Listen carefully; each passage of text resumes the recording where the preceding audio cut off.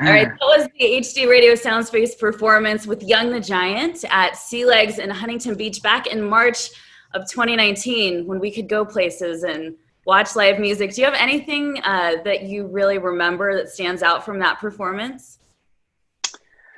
I think one of the great things about playing locally, we're from Orange County and we're from Los Angeles. We grew up with KROQ, and I think a lot of our fans grew up with us. So it was really cool to see some fans all the way from like the Jakes, when we were just a KROQ locals only band, coming to the performance and just requesting songs that we like hadn't heard anyone request of us in years. So that was really a treat.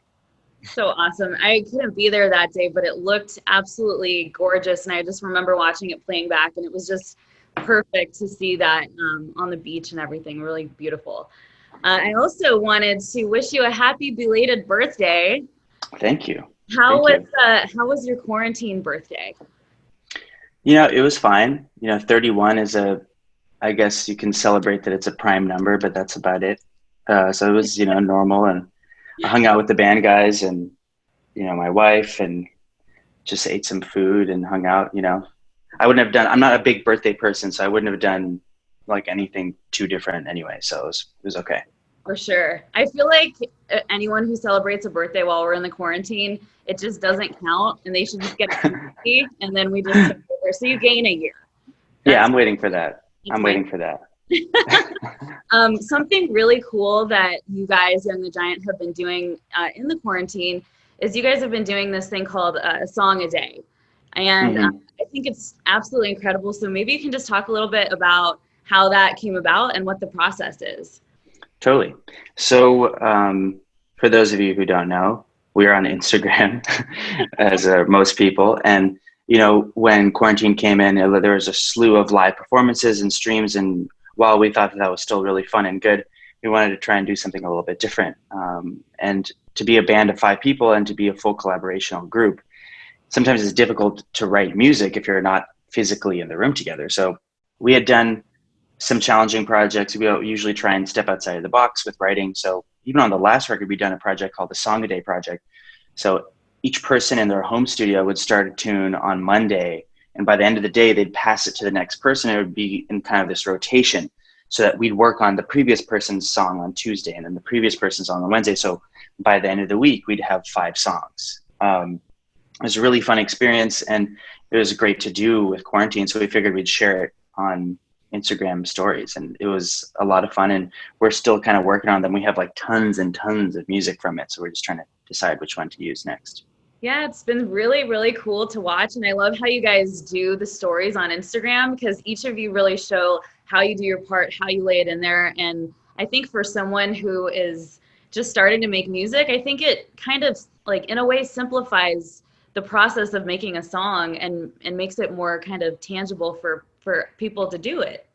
Most definitely. I mean, limitation is, kind of the essence of creativity, I think. And if there are a million trillion things that one can do, but if you have one day to do something and things have already happened, and you're mature enough to not just to try and destroy it and try and make it better, then your job is pretty specific. And that makes it like very easy to consider. And I think music is that in general. It's like, keep it simple. Yeah, absolutely. Do you plan on using any of these songs on a new record? Well, we have written a few songs before this, and with some of these songs, we do intend to potentially use some of them, but because we get 5 songs every week, we have like 30 songs that we're just kind of sitting on with other things. So it'll just kind of be what makes the shuffle. On the last record on Mirror Master, we actually had 2 tunes that were Song a Day songs that we then actually re-recorded live together. So we'll just see how they all end up. That's awesome. Have you had any that you felt were really special from this batch? Yeah. Yeah, there are a few actually, and some of them actually, the ones I'm most excited about are some of them we haven't even shown yet. So I'm excited to see what happens with that. Yeah, me too. Me too. So I just kind of was wondering, this is obviously a tough time. We're kind of going through a second wave of the quarantine and sort of being in lockdown again.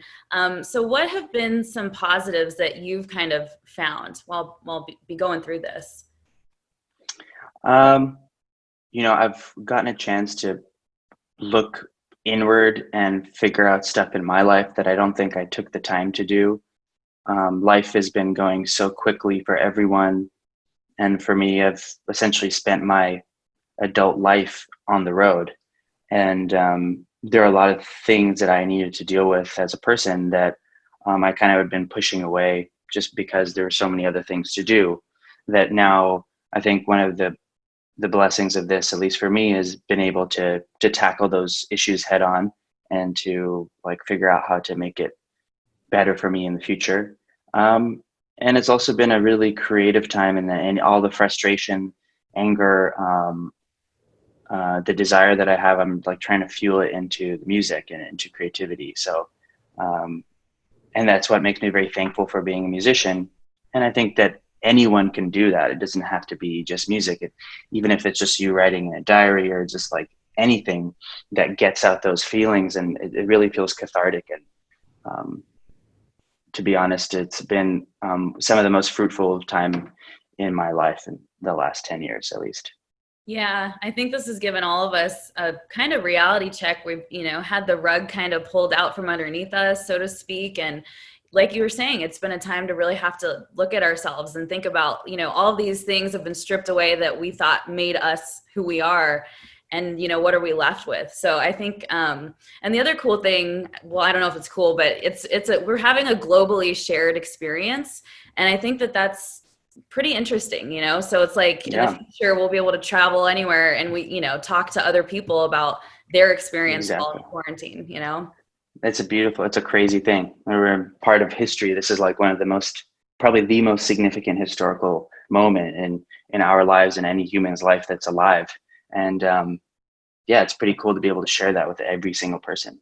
Yeah, and I'm looking forward to hearing the stuff that you've kind of been working on during this time. I Yeah. wanted to ask you, so we're celebrating 100 years of radio, and I wanted to know for you the impact that radio has had in your life and in your career. Yeah. So, as I said earlier, I grew up with KROQ. Uh, and for me, being a kid who, is a first generation American, and the oldest in my family, it was kind of like I was the guinea pig of American culture. And radio introduced me to a whole world outside of, the world that I had been living. Introduced me to a community of people that had a shared interest of music and a culture, and not just where you came from. Those stories were still told in all the music, but there's something so awesomely subversive about it being about the songs, and more than just like who you are as a person. And I really, really enjoyed that. It was just an introduction to so many of my favorite artists, and a way for me to have a conversation with the kids in school about something that I might not have known anything else about. Yeah. And I mean, in our career, it's been a hugely impactful thing. I mean, I remember the first time listening to Cough Syrup on KROQ Locals Only, and just being completely floored with how many people we were able to reach through radio, and create these really personal experiences on the morning drive or heading back home after a long day, and you're by yourself in the car and can listen to some tunes. And it's a really personal experience, and we most definitely don't take that lightly. It's it's been absolutely surreal. I mean, when we first started out, we didn't Spotify wasn't a thing, right? Like, we're not that old, but we're old enough that, like, the 10-year anniversary for the first record's coming up at the end of the year. And it's crazy to think that before that, the main vehicle for anyone to listen to your music at that time was radio. And I still believe very strongly in its impact. So Yeah, I remember so I started in radio and I lived in San Francisco for a long time. And I have this vivid memory of driving across the Golden Gate Bridge, hearing My Body for the first time. And it was like this epic, incredible moment. I was like with my best friend. And, I've just always, I heard that song and I was like, this band is going to be humongous, you know? So it's been really incredible to watch your journey, you know? Yeah, well, thank you for being along with it. It's been so crazy, so crazy. I recently watched on YouTube the documentary that you guys put together from a trip when you took to India. And I was thinking about how much inspiration you probably pick up from traveling around and you know, having that. And so now to kind of not be having those experiences, where do you feel like you're kind of drawing inspiration from right now? As from memories, from stories, from hopes of the future, and where we are right now. You know, it's a fine tightrope to be able to talk about current events without it feeling dated. But this is it's just such a life changing event. We've had so many life changing events in just the last several months. Um, I think that's where I'm getting the inspiration from, and where we're taking this forward. And I realize a part of myself that I am a very optimistic person, which I'm surprising myself about that because I thought I was pretty cynical and jaded about things. But I have this kind of undying optimism about the new normal, and that it's a good thing, a powerful thing, for people to be more aware of how they walk in the world and how they treat other people. And uh, I want to bring that in with joy. And that's, I guess where I'm getting all this, creative feeling from. Yeah. Yeah, it's really beautiful. And I would have never guessed that you were cynical. That never comes through in your music. It always gives me a sense of optimism and hope. Something really cool that you guys did last month is you gave away signed gear to your fans who donated to organizations helping the fight for racial justice and against police brutality. And I just wanted to say thank you for doing that. And it's a really cool way to kind of get other people inspired, and even just for them to be able to start investigating themselves into different organizations that maybe they wouldn't have looked into before.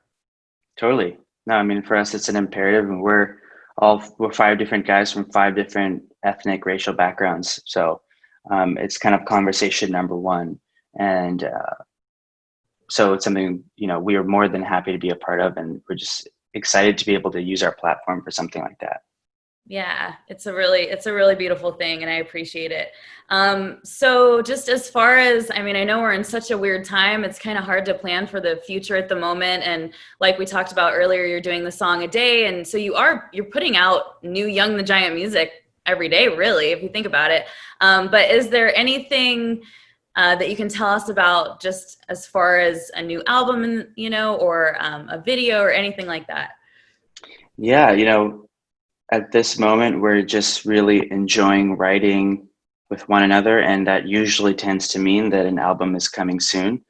It's still really early days, but we're kind of getting in talks about getting back in the studio with some of our favorite producers in the past who we've worked with. So, and figuring out kind of the logistics around how to do that in a COVID world. So, as soon as we figure all that stuff out, I think we'll have something, and something's coming for Yeah. sure. Absolutely. Well, it's been so nice getting to chat with you today. You are just one of those bands that, I've been in radio for about 10 years, and for whatever reason, I just always missed you guys. So it's really nice to be able to connect with you today.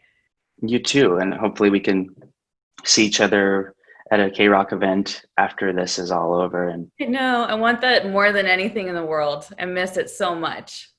yeah, Yeah. All right. Well, me too. Samir from Young the Giant, thank you so much for hanging out with me, and just sending you and your loved ones all the best. You too. Have a good one.